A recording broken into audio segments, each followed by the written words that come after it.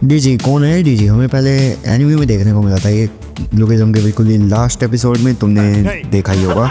और हमें पता चलता है कि एक फेमस टिकटॉकर होता है जो कि कोरिया में के पॉप बोलते हैं वगैरह वगैरह वैसे ही। और जैसे जैसे कहानी आगे बढ़ती है हमें पता चलता है कि डीजी को टू और इसके सीक्रेट के बारे में कुछ पता है और वो डैनियल में इंटरेस्ट दिखाने लगता है।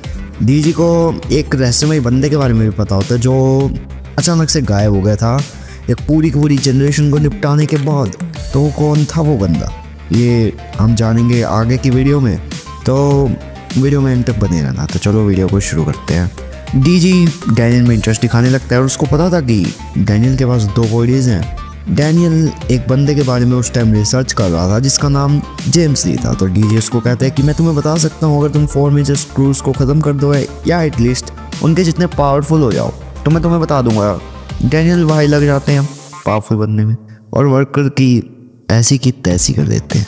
फिर डीजी भाई उसके सामने आकर पुष्पा नाम सुन के फ्लावर समझे क्या?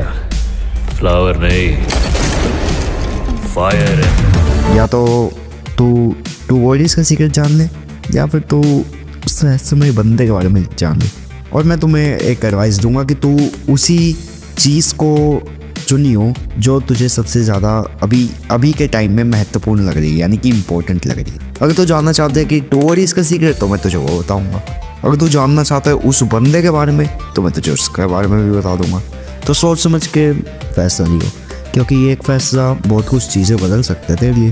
तो डैनियल चूज़ करते हैं कि तुम मुझे उस बंदे के बारे में बताओ जिसके बारे में मैं रिसर्च कर रहा हूँ। उसका नाम जेम्स ली है। क्या तुम उसके बारे में कुछ जानते हो? और अगर जानते हो तो मैं जानना चाहता हूँ कि क्या था वो बंदा और कैसा था वो बंदा अपने टाइम में।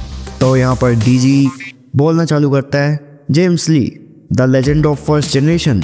वो एक दरिंदा था, एक नाइटमेयर था फर्स्ट जनरेशन वालों के लिए।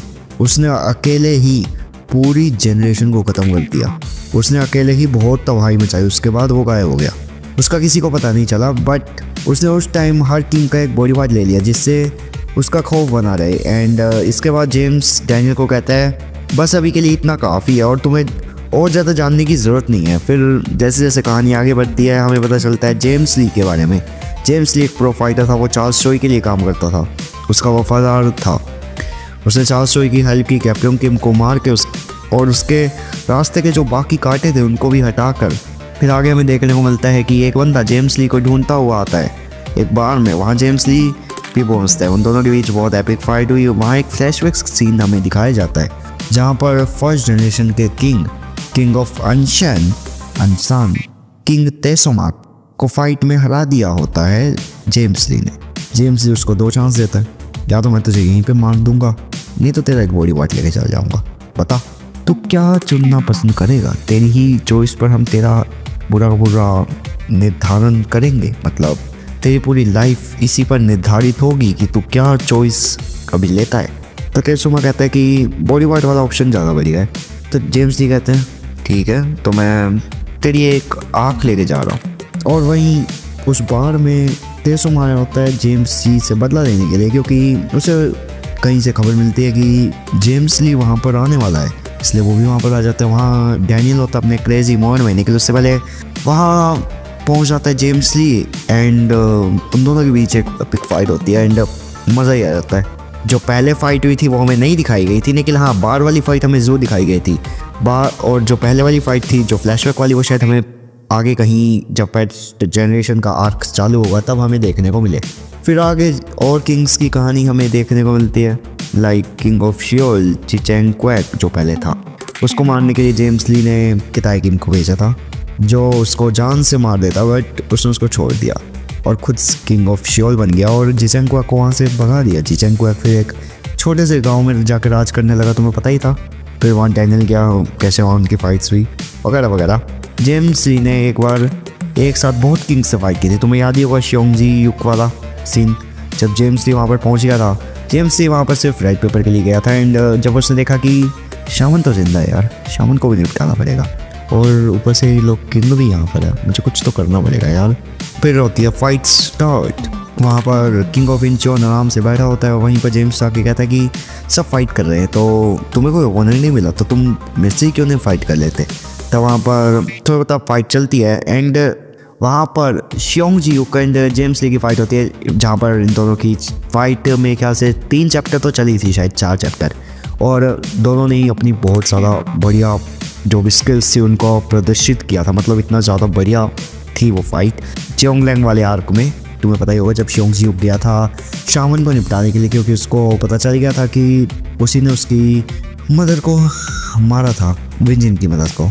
एंड मेरे ख्याल से उसको ऐसा भी कुछ पता चल गया हो कि लाइक कि उसके मास्टर को किसने मारा या ऐसा वैसा, क्योंकि देखा जाए ओवरऑल शामन और जिन का कुछ कनेक्शन तो हो सकता है, जहाँ तक मुझे लगता है 60% चांस है कि इन दोनों का बहुत ही बड़े वाला कनेक्शन मिलेगा हमें और दुश्मनी वाला। फिर जेम्स ही वहाँ से भाग जाता है और हमें पता चलता है किंग ऑफ इंचियोन की स्पीड एकदम नेक्स्ट लेवल की है। वो जेम्स को पकड़ लेता, लेकिन वो वहाँ से कूद के निकल जाता है। शियोंग जी-ह्यूक विंजिन का बदला लेने गया था शामन से।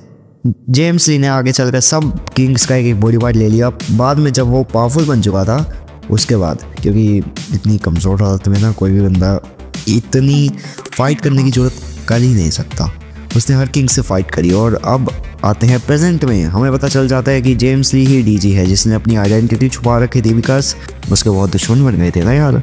नाउ करंट टाइमलाइन में जेम्स ली बुसान में हमला करना चाहता है, ये शायद बुसान में क्रू हेड की पावर चेक करना चाहता है, इसलिए उसने अलाइड को वहाँ भेजा है, जहाँ हमें क्लियर हो चुका है कि अलाइड के एल लगने वाले हैं, बिकॉज उन बच्चों के बाप आ गए हैं उनका बदला लेने। तो अलाइड की सिट्टी विट्टी गुल होना तो पक्का है ना यार। चैप्टर आज ही आएगा और देखते हैं कि क्या होगा, बट मेरे अकॉर्डिंगली यहाँ डैनियल लॉक काम से जाने वाले हैं। मतलब इनमें से अगर कोई ठीक ठाक हालत में फाइट कर पाएगा तो वो एल ही होगा, भी बाकी लोग तो बहुत जख्मी हो चुके हैं। हडसन अहन उनका मुकाबला नहीं कर पाएगा अच्छे से, और जैक के लिए उन्हें हराना बिल्कुल पॉसिबल ही नहीं है, एक बंदा दो को हरा ही नहीं सकता। और हडसन की हालत बहुत बुरी है जैसे कि हमने देखा, और एली अपने इंस्टिंक्ट की वजह से 40% चांस है कि जीत जाए। और डैनियल और जे चाकू की नोक पे हैं, और वाइट हेयर वाला बंदा भी उनके सामने है। और वही विंजिन के सामने वही बंदा है जिसका मूव उस कॉपी जीनियस कहे जाने वाले छपरी ने कॉपी किया था। वास्को भी है वैसे तो वहाँ, निकल फिर भी अगर विंजिन अपने जिन वाले फॉर्म में आ जाए, मतलब जिसमें वो डेडली हो जाता है, तो यहाँ पॉसिबिलिटी है कि वो जीत जाए, वरना तो कोई पॉसिबिलिटी लगती नहीं है मुझे कि विंजिन और वास्को मिलकर भी उस बंदे को हरा पाएंगे। तो फाइट आसान नहीं होने वाली। बाकी कुछ रह गया हो तो आप कमेंट में अपना ओपिनियन शेयर ज़रूर करें, एंड नेक्स्ट वीडियो किस पर होनी चाहिए वो भी आप कमेंट करके बता सकते हैं। मिलते हैं आपसे नेक्स्ट वीडियो में, तब तक के लिए thank you for watching guys.